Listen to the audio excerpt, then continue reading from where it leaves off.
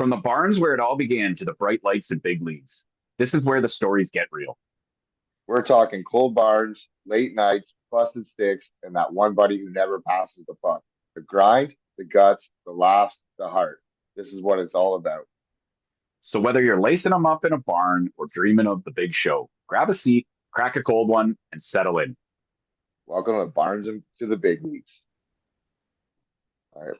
So, Chief, last time we were talking, we ended the episode talking about body contact, and the one question we had that we were going to research was when did body contact start in minor hockey, and was it available for rep in minor hockey? So I did go back and I did do some research, and what I found was at the age of 14, OMHA has hockey for only rep and no contact whatsoever in house league hockey. I mean, I think that's pretty close to what we were talking about or what we thought it was going to be. Yeah, Um, when we were younger, I believe, if my brain recalls the information from those years, I think we started when we were maybe 12 years old. I think you're right. I remember getting a VHS sent home with the coach from the coach, and we'd watch it with our buddies. Like proper approach of taking a hit. I mean, giving a hit and also receiving a hit, right? And we watch that video over and over, and then we ran drills and practice. Yeah, for us, it was a little bit different. We had the privilege of having the national training rinks in Newmarket. It was a three-quarter size hockey rink. Wes Yep. Jarvis and Jim Wells started it. Wes himself played a little bit of pro hockey, and Jim was the coach of our local Newmarket Hurricanes team. So we got to go there and do all our body contact and checking schools kind of through the summer that was leading up, kind of in replace of maybe power skating program or something like that, right? But it was Yeah, all right on. simple. We'd skate up the boards. We learned how to take a hit. They had the big blue pads, and they would kind of lean into us at maybe at the blue line, the red line, and then again at the other blue line. So you got used to taking multiple hits in a row, and Yeah. yeah, Yeah, and we also learned like the do's and the do nots. The yes, sir. big hitting from behind, the big stop sign on the back of the jersey they still have to this day, right? Never expose your numbers, never turn your back. And if you are in a vulnerable position, hands up, right? When you're going into the boards. That'll protect your head, your neck. Absolutely. Now, Jesse, let me ask you the question. My kids are a little young, so I'm not at the hockey rink in the minor programs right now, but you are. When your kids idolize guys in the NHL, I mean, we spoke about William Nylander already once in one aspect, but Yeah. let's talk about him again. He's got to be one of the worst guys in the National Hockey League. When he goes Oh into the yeah. corner to pick up a puck, at the last second, he spins and points his numbers in the back of his head right to the hit. Like, Yeah. Because it's incredibly dangerous. But do the kids in the minor hockey leagues uh, emulate that? I think it's actually 50-50. You got kids going in there and like some kids go in there fearless. And like they're going in and but they set themselves up that if they're gonna get bumped or hit or whatever, they're gonna take it good. But yeah, you're right. Some kids do go in and they're not they're not being taught how to go in properly, right? And that's where something bad could happen. Like I've seen kids expose their numbers, or kids who turn at the last second when a kid's going to give you a little shove. Now that kid feels terrible that he just dumped you in the boards from behind. So I mean, yeah, because there is no hitting really in minor hockey until you're 14, your last couple of years, kids aren't prepared and they don't know how to go in these corners.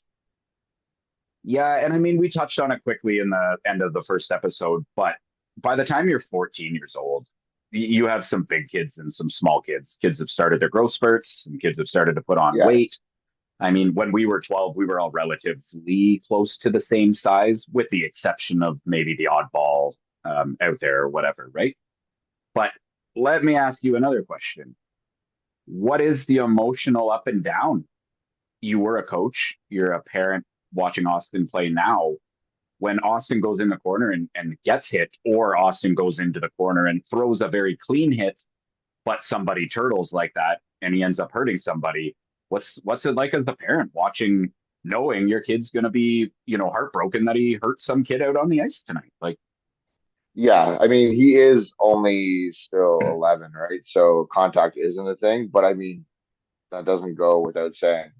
Games games do get rough, and there is some contact. I'm not saying big open ice hits, but yeah, I mean, I've seen my son go down, and like, yeah, obviously, I'm worried, I'm scared, and then even being on the bench with anyone else's kids, like, it's hard to watch. And I've heard kids talking on the bench, like, "Oh, we're gonna go out and get that guy." When I was on the bench, I'm like, "No, we're not doing that." I mean, you're going out, you're gonna go play hockey, and there was a thing with contact when we were kids. There was never any intent to injury. You weren't going out to catch someone with their head down, like to intent to hurt them, right? So, um, it is hard to watch as a parent, but I mean, it comes with it, right? You gotta expect it. Your kid's gonna give it, and then he's gonna get it back, and it's hockey. It gets rough, it's, yes, and sir. I've had my conversations with Austin, being like, you know what, man, you're gonna be screening the goal, you're gonna be getting jabs in the back, you're gonna get feel taps on your skates, but you got to roll with the punches and battle through it, man. Battle through it. I think this is a good time to kind of segue to this question, Jesse. Has the game become softer, or is the game becoming smarter through guys like Connor McDavid coming into the NHL and kind of changing the way kids see the game being played? Is it becoming a safer game through that process, or is it becoming that intent to injure because the game has changed in that manner? That's hard. That's a hard question. I mean, hockey is totally different from when we were growing up watching NHL. You had guys like Darcy Tucker out there. You had Scott Stevens, right? You had that's the hockey we watched and we grew up watching. And like the kids now watching the McDavids, the Nylanders, the Matthews, right? It's a totally different game. But I still feel that hitting and the skill should be both big aspects of the game, right?